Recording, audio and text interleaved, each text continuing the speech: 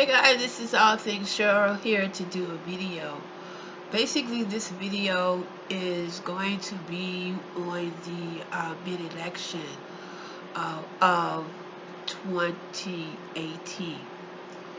I would like to take the time out to basically thank all of those who understood what voting is all about. And the fact that you stood up for your rights and you stood up for my rights. And I would also like to say that those of you all who did basically everything that you could to stop the voices and the voting, you have not won yet. Now, this is what basically I understand what it means when they said midterm.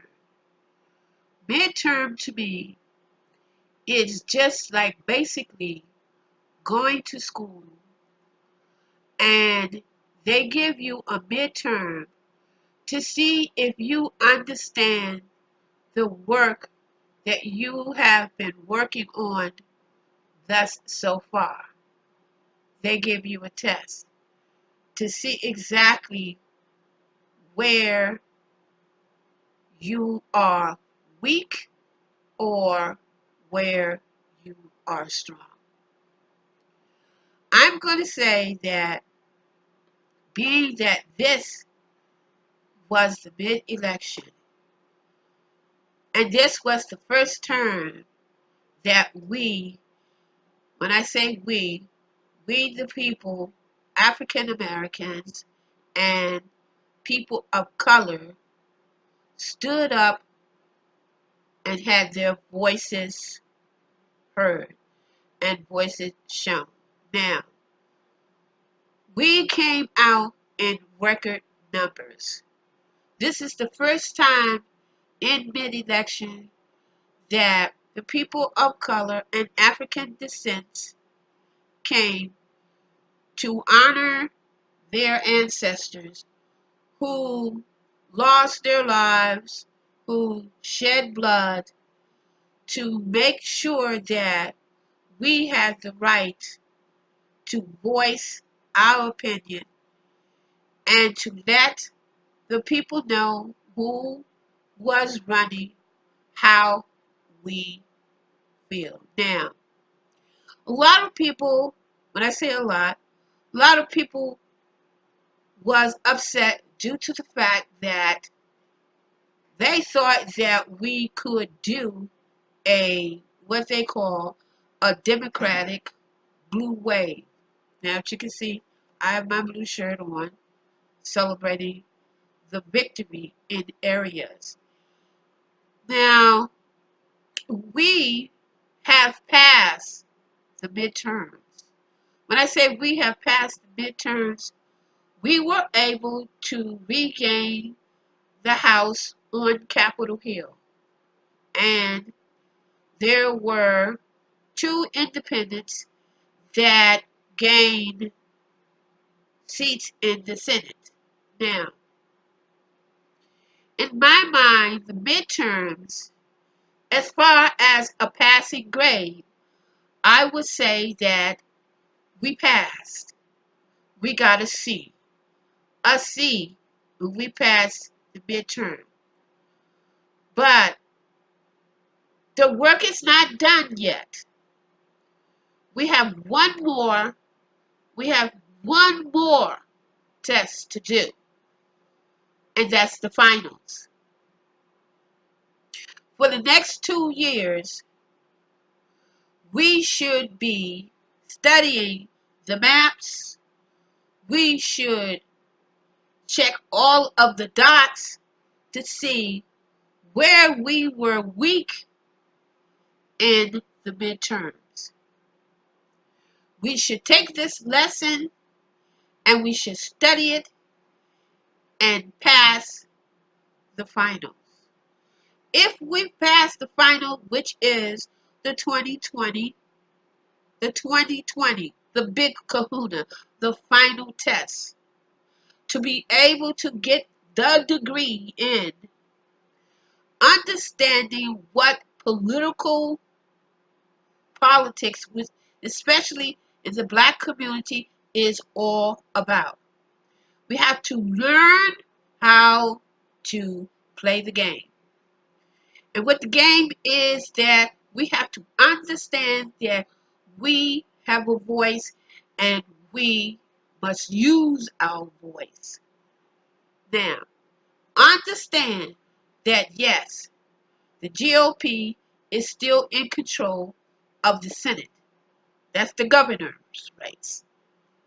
Unfortunately, we know that there were all kinds of political voice suppression to stop us. When I say us, the people of color, African American, black people, however you identify yourself, from casting a vote and having your voice heard. We understand that, at least I understand that, and in order to win and in order to pass this the the president of these United States, we must not stop and we must continue on with the fight. We must let our voice be known and to be heard. Those who have won seats in the House and other local races, we, the people, the colored people, the people of color, must put these people to the task. Now, I understand that a speech was made years ago, but we don't have time to be nice. It's time to stop being nice.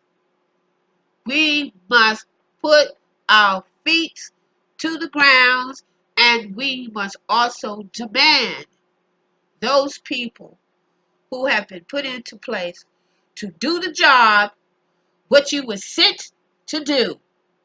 Do not let up. Play the game.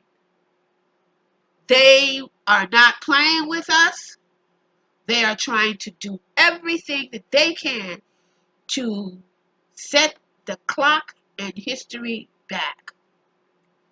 We have no time to be playing games. Now, the most beautiful thing that I will say that I am, I'm cool, because we have to really take baby steps to understand what this political game is all about. The beauty of this is that, yes, we have regained the House. Now, this is the beautiful thing. By us regaining the House, that means that a lot of things that the GOP and a couple of other people were trying to push through, they can no longer be able to get it done because we have control over the House.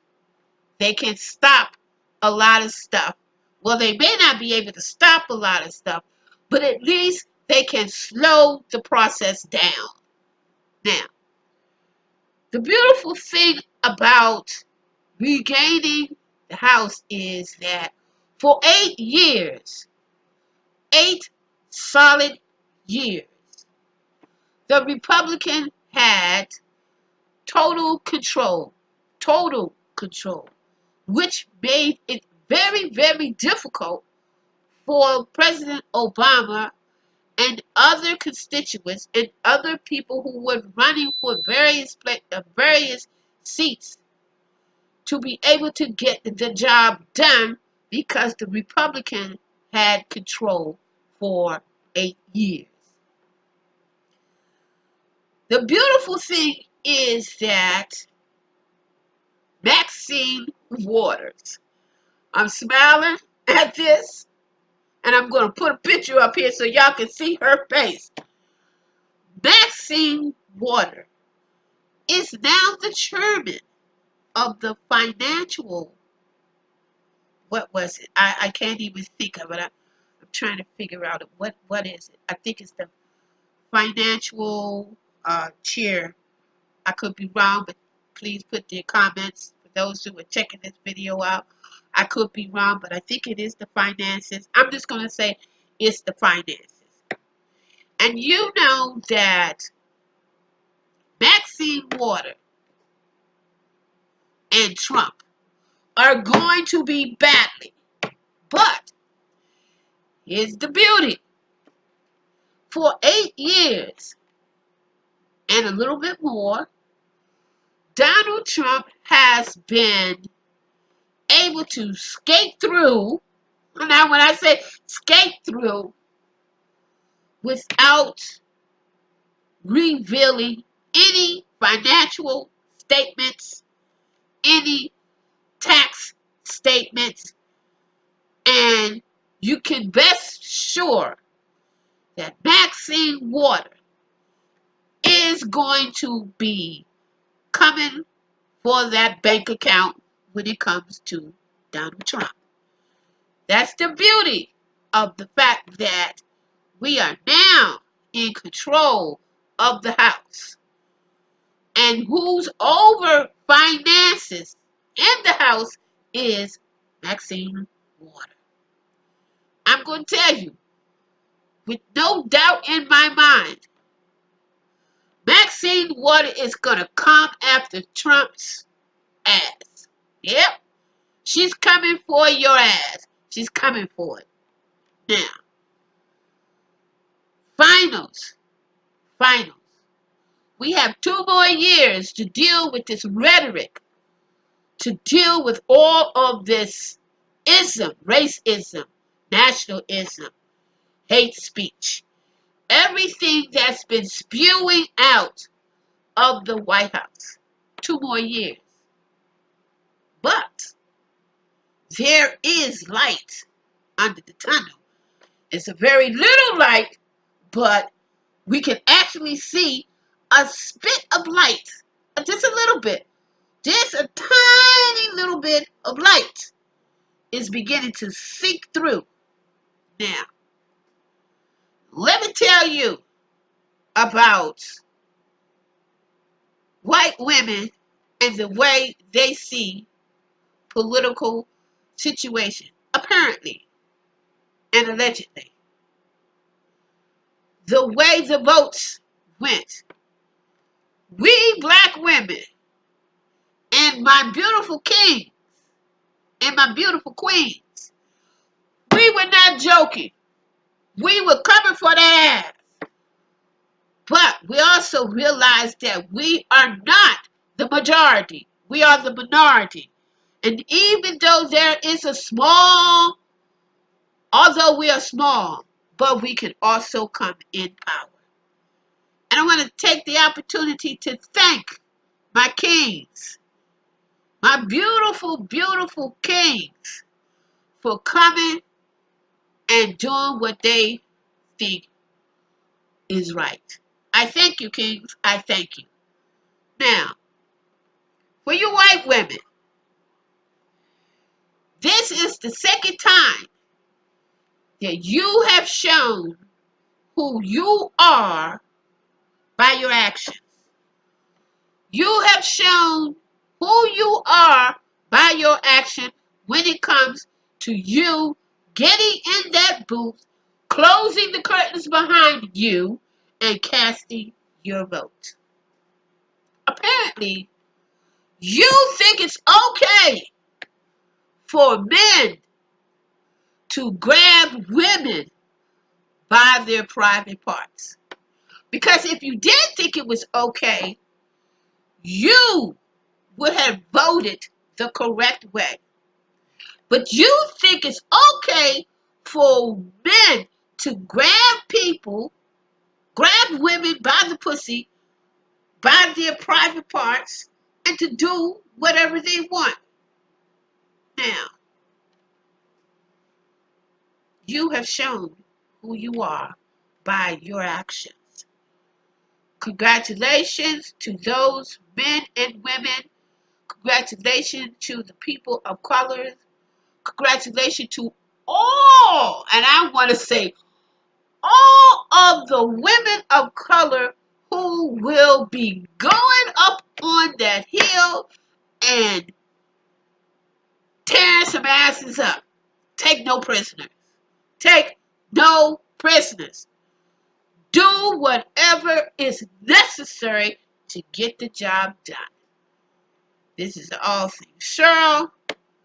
I'm asking you to click, like, subscribe, and I will see you guys in another maybe what time is it?